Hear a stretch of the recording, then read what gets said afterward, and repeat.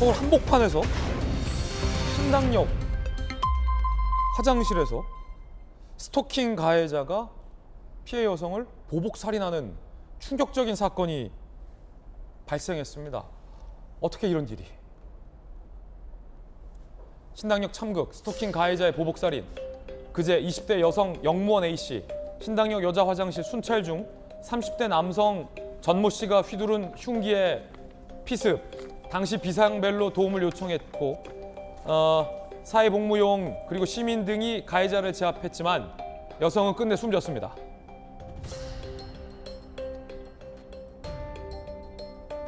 알고 봤더니 이 가해 남성도 사망한 피해 여성과 서울교통공사 입사 동기, 2019년부터 300여 차례 연락 및 불법 촬영 영상으로 협박, 스토킹.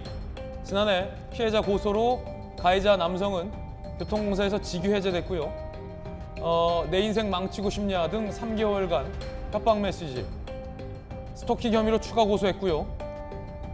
검찰이 불법 촬영 스토킹 혐의로 징역 9년을 구형, 선고 하루 전 이 피해자를 살해했습니다.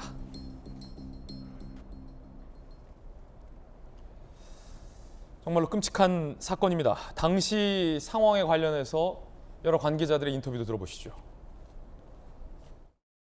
화장실에 문 안에 이렇게 들어가 있는데 열자마자 바로 멱살 잡고 끌어내려서 기부해서 이렇게 제압을 하는 상황이기 때문에 문 나와도 집어넣고 이 뒤를 닦고 있었던 거야. 문을 갖다 꽉 작업을 했나 보다. 이 가해자가 치밀하게 계획을 범행한 흔적도 많은 이들의 소름을 돋게 하고 있습니다. 내부망을 통해 피해자 야간 근무 사실을 확인했고 흉기를 미리 준비한 후에 일회용 승차권을 이용해서 이동을 했고 범행 당시 샤워캡을 착용했습니다. 근처에서 1시간 10분여간 피해자를 기다렸던 치밀한 범행 흔적이 나왔습니다.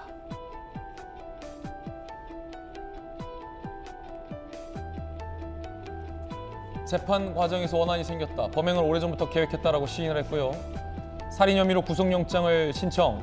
경찰은 보강 수사 뒤 특가법상 계획 보복살인 혐의도 변경할 계획입니다. 이 가해 남성이 어제 포착됐는데 영상으로 보시죠.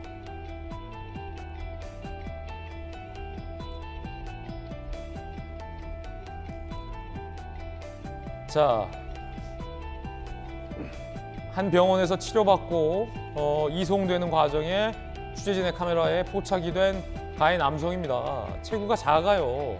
체구가 작고 평범한 인상착의를 보였는데 이렇게 잔인하고 치밀한 집요한 수년간의 범죄 끝에 여성을 살해하기까지 한 잔인한 범죄 용의자입니다. 천하람 변호사님, 네.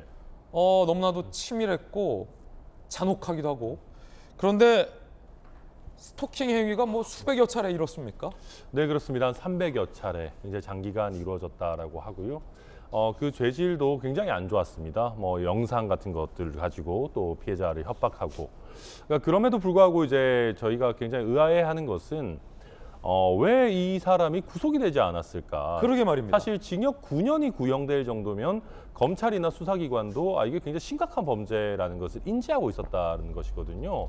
그래서 조금 그 부분에서 의아함을 감출 수가 없고요. 물론 재판부도 법원도 신이 아니기 때문에 이 사람이 이런 걸 할 것을 미리 알 수는 없었겠습니다만은 이 범죄 행위의 중대성을 조금 더 면밀하게 살폈어야 되는 것 아닌가 하는 아쉬움이 남고, 그러니까 아무래도 지금 서울교통공사라고 하는 안정적인 직장이 있고 또 주거지가 일정하고 더 나아가서는 아마 증거가 어느 정도 확보돼 있다라는 점이 구속 필요성을 낮추는 요소가 됐을 수 있지 않을까. 아하. 저는 그러다 보니까 이게 참 안타까운 사건이 발생하게 됐다, 그렇게 보고 있습니다. 지금 잘 짚어주신 게 가장 뜨거운 논란이 왜 구속영장이 기각되느냐라는 부분입니다.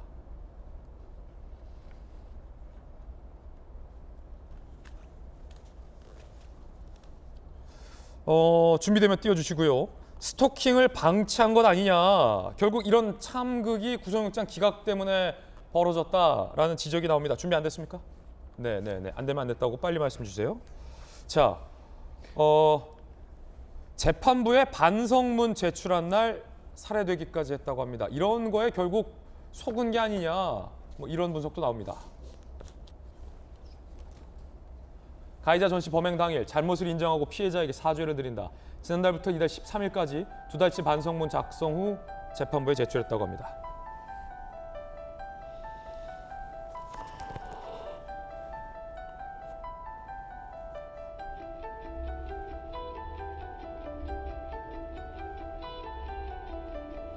법원은 주거지 일정 보주 우려가 없다고 기각됐습니다. 사건 관계자는 전 씨가 회계사 자격증이 있는 점이 참작됐다고 합니다. 아니 회계사랑 구속영장 기각이랑 김병임 대변인님 뭔 상관입니까? 저 기사를 보고 정말 분노하지 않을 수가 없었는데요. 구속영장을 신청했을 당시가 작년 10월 달, 그 당시 경찰이 긴급 체포를 하고 구속영장을 신청을 했다고 합니다. 그렇다면 긴급 체포를 하게 됐던 상황 속에서는 뭔가 심각한 문제가 있다고 인지를 했을 것이고, 그렇게 체포가 된 상태에서 구속영장이 만약에 기각이 되면 풀려나고 난 뒤에 스토킹 범죄를 저질렀던 사람의 감정이나 심정 상태를 봤을 때 더 큰 범죄로 이어질 가능성이 높다는 점을 재판부가 왜 헤아리지 못했을까, 이런 생각을 지울 수가 없고요. 도주의 우려가 없다? 그리고 뭐 주거지가 일정하는 등 여기에 회계사 자격증이 있다는 것까지 지금 현재 보도로 나오고 있는 상황이기 때문에 저희가 명확하게 확인은 안 됩니다만, 만약에 정말 영장을 기각했던 사유에 그 같은 일들이 이유를 들었다면 이 재판부에 대한 비난, 피해가기 어려울 거라고 생각을 합니다. 이게 그 뒤로 결과적으로 징역 9년이 구형됐도록 심각한 범죄 행위가 있는데, 이게 결국 본인이 구속 상태가 아니라 풀려난 상태니까 이러한 고소가 들어오고 난 뒤에 합의를 종용하기 위해서 또 다른 스토킹 범죄들이 이어지게 된 것 아닙니까? 그러니까요. 그러니까 사람에 대해서 스토킹 범죄로 엄청난 피해를 입었던 이 여성에 대해서 결국 국가에 대한 보호, 도움을 요청했지만 그 도움을 국가가 저버려서 이 끝끝내 끔찍한 상황에 이른 것이 아닌가라는 생각을 지울 수가 없어서, 이 당시에 도대체 지난날 어떤 일들이 전개가 됐던 것인지 면밀하게 다시금 되짚어볼 필요가 있다고 생각합니다. 한동훈 법무부 장관이 저 범죄 현장을 비공개로 방문했습니다. 뭐라고 얘기했는지 함께 보시죠. 국가가 피해자 지키지 못했다. 책임감 깊이 느끼고 할 수 있는 일 적극적으로 하겠다라고 얘기를 했습니다. 국가가 못 지켰다. 한동훈 장관도 매우 안타까워했고요. 이 구속영장이 기각된 부분이 매우 유감이고 또 안타깝습니다. 구속만 됐더라도 이런 참극은 막을 수 있었을 겁니다. 물론 재판부가 다 일일이 예상할 수는 없는 일이긴 합니다만, 윤석열 대통령도 오늘 출근길에 조금 전 이렇게 얘기했습니다. 오늘 아침에 많은 언론의 그 조간 기사에서 신당역 영무원 스토킹 살인 사건 이 보도가 우리 국민들에게 큰 충격을 주고 있습니다. 작년에 그 스토킹 방지법을 제정 시행을 했습니다마는 피해자 보호에 미흡하다는 지적이 많았습니다. 출장 떠나기 전에 법무부로 하여금 이 제도를 더 보완해서 이러한 범죄가 발부딪힐 수 없게 피해자 보호에 만전을 기하도록 이렇게 하겠습니다. 스토킹 범죄, 한 장관은 지난 7월에 스토킹 범죄를 엄벌하겠다라고 밝힌 바도 있었습니다. 들어보시죠. 국민의 눈높이에서 볼 때 개선해야 할 사각지대들이 많이 있습니다. 이 부분들을 찾아서 해결하겠습니다. 그동안 전자장치가 가장 필요하다고 볼 수 있는 스토킹 범죄자에 대해서 전자장치 부착이 불가능했었습니다. 스토킹 범죄자에 대해서 전자장치 부착해서 피해자의 불안을 해소하겠습니다. 자, 매우 안타까운 부분입니다. 김영주 의원님, 네. 또 신당역 지하철역에서 서울 한복판에서 이런 이 끔찍한 사건이 벌어졌다는 거에 사실 많은 여성들이 불안해하고 있고요. 네. 많은 시민들이 걱정하고 있습니다. 그렇습니다. 방금 우리가 화면으로 봤습니다만 여성 안심 화장실 자체가 안심이 될 수 없는 그러네요. 장면이 그대로 드러났다는 거고, 방금 말씀하신 것처럼 신당역이라고 하는 것은 시내 완전 중심부에 있는 모든 사람이 다닌다는 측면에서 이 사건은 두세 가지 정도로 봐야 될 것 같습니다. 어쨌든 스토킹 방지법 자체의 보완이 필요하다는 거고, 현재 기본적으로는 스토킹 자체는 아직도 남성 위주로 본다는 거죠. 여자들이 잘못했으니까 남자들이 따라다니 이런 인식을 가져서는 절대 안 된다는 거예요. 세 번째는 여전히 서울교통공사 자체에서의 대책의 미비, 또 마지막으로 제가 강조하고 싶은 것은 85세 무임승차 비용이 8천억 이상입니다. 1년에. 그 뜻은 뭐냐 하면 서울시 지하철이 노후화되고 인력을 보강해 줘야 된다.